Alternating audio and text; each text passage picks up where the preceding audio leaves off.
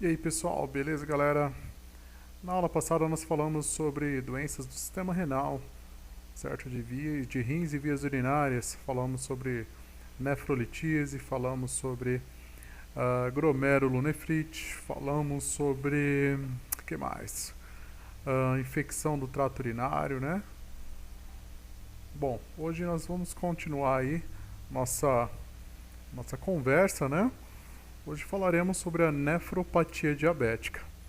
Muito bem, vamos destrinchar essa palavra aí, nefro, né? Nefro, rins, né? Patia de doença. Então é uma doença renal que acomete os diabéticos, né? É uma alteração nos vasos sanguíneos dos rins que leva à perda de proteína por meio da urina, faz com que o órgão perca a capacidade de filtrar adequadamente essas substâncias. Nessa complicação, o órgão pode reduzir sua função lentamente, porém de forma progressiva até a paralisia total. Então, um dos grandes problemas aí do diabetes é que a nefropatia diabética, o problema que o diabetes causa no paciente que tem o diabetes, aí ele não compensa essa diabetes, é um problema vascular, né, generalizado, e a nível dos rins aí é uma doença silenciosa, né? Então o paciente ele não vai apresentar um quadro de sintomas, ele não vai apresentar uma sintomatologia dolorosa, né? Muitas vezes ele vai ter um quadro abrupto que já vai ter uma paralisia total, né? Quando perceber aí. Então é importante que o paciente que é diabético ele mantenha esse diabetes compensado, né? Com dieta, com medicamentos, com atividades físicas, e que também ele faça um controle não só dos níveis glicêmicos, mas também de função renal. Então exames de ureia, creatinina, né? O clearance, né, de filtração glomerular, o cálculo de filtração glomerular. Então é importante que esse paciente ele tenha um cuidado, porque quando os rins ele passa a não filtrar de forma adequada, né? Vamos voltar lá na primeira aula, lembra que em um determinado momento os rins ele vai filtrar aí então, o paciente ele vai ter uma redução da capacidade de filtragem, né? Naquela aula a gente observa que o paciente ele tem o sistema glomerular que ele filtra, tira as impurezas, e que no primeiro momento ele pode perder proteínas, ele pode perder substâncias importantes. No entanto, o organismo ele vai fazer uma recaptação, né, uma reabsorção dessas substâncias, para que ele não perca, por exemplo, a proteína, que é uma substância figurada aí muito importante para o organismo. Quando os rins ele passa a ter uma filtração inadequada, né, ele vai deixar de eliminar da corrente sanguínea impurezas e toxinas que deveriam sair, e ele vai eliminar substâncias que são boas do organismo, né? Então ele vai eliminar substâncias que são importantes para o organismo, certo? Então, outra patologia aí é a nefrite lúpica, né? É a glomerulonefrite causada por lúpus eritematoso sistêmico, né? A LES, que é uma doença autoimune, né? Que nós já conhecemos, estamos lá atrás, que ela tem é uma doença autoimune que o organismo ele vai aí em determinados órgãos causar lesões, né? No caso da nefrite lúpica, ela vai ser uma inflamação renal, uma lesão causada pelo sistema autoimune, ou seja, o próprio organismo vai ter vai causar essa inflamação aí. Então, clinicamente, o paciente vai apresentar uma hematúria importante, né, uma proteinúria que é decorrente à insuficiência renal ali, né, aos níveis nefróticos, uremia, né, ou seja, um aumento da ureia na corrente sanguínea que vai caracterizar já uma filtração renal ruim, tá bom? E o diagnóstico vai ser baseado na biópsia renal, ou seja, vai ter que se retirar um fragmento do rim para que você consiga determinar aí que se trata da nefrite lúpica, tá bom? Então aqui nós temos um quadro aí em que o paciente apresenta mesmo a hematúria, né, que é decorrente a essa lesão inflamatória aí autoimune que o paciente vai sofrer. A insuficiência renal aguda, que é um quadro súbito da perda de capacidade de filtração glomerular, né? Ou seja, toxinas, sais, líquidos, né? Subitamente esse organismo ele vai parar de filtrar e esse resíduo ele vai aumentar aí, essas toxinas vão subir a níveis perigosos e afetar a composição química do sangue, né? Que vai afetar todo o equilíbrio do organismo.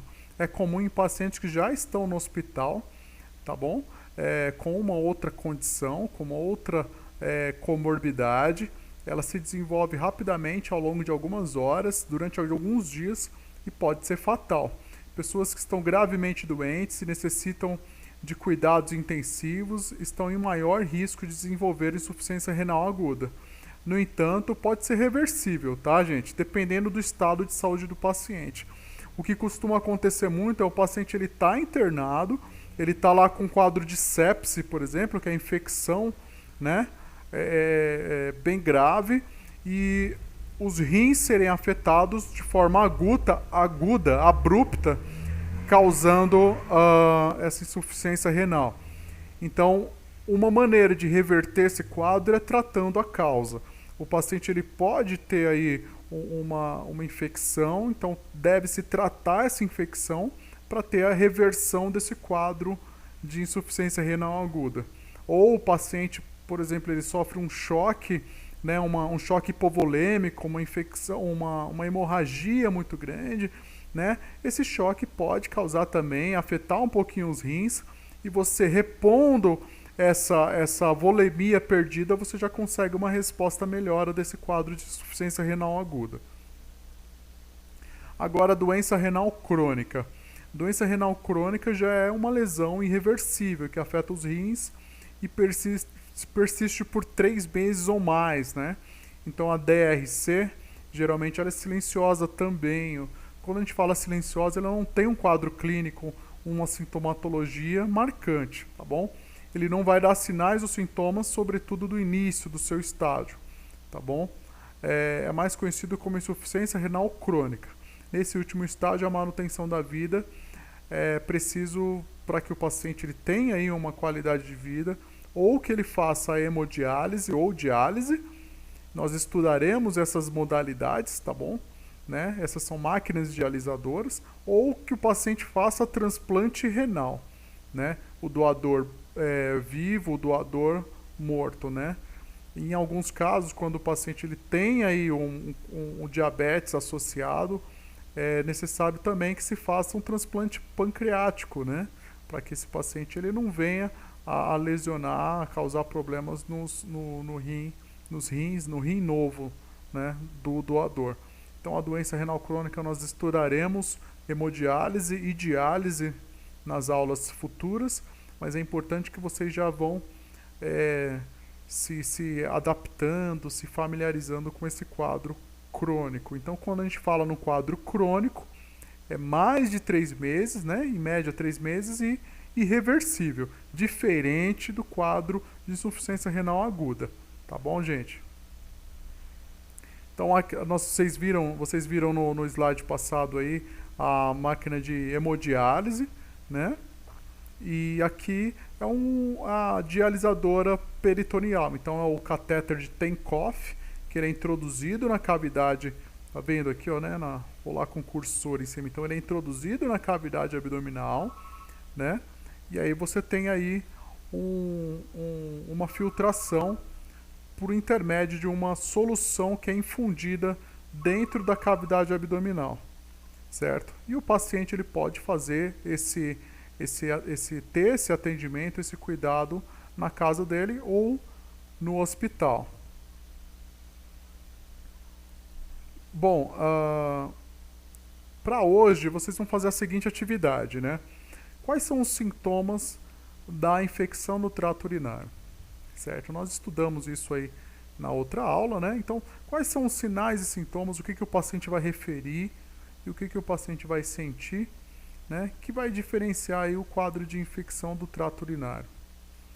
2. Quais exames essenciais para diagnóstico de nefrolitise? Aproveitando também, coloca na questão de número 1 os exames aí para diagnosticar infecção, tá bom? As mulheres têm uma tendência maior de ter infecção, então provavelmente elas já até sabem aí de cor essa resposta, tá bom? Questão de número 3. Cite os tratamentos para infecção, para insuficiência renal crônica, falamos agora há pouco, e insuficiência renal aguda, tá bom? Então, para descobrir o tratamento, descubra um pouquinho da causa, tá bom? E anotem aí.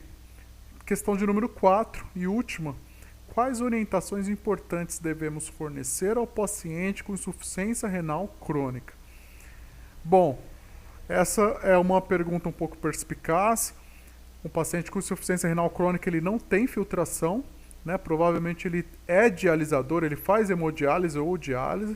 Então, quais os cuidados aí, quais orientações que você daria para esse paciente, sabendo que os rins, que é o órgão responsável por filtrar as toxinas do organismo, eles não estão funcionando, tá bom? Então façam essa atividade e anexem lá na anotação do aluno, na aba anotação do aluno, beleza?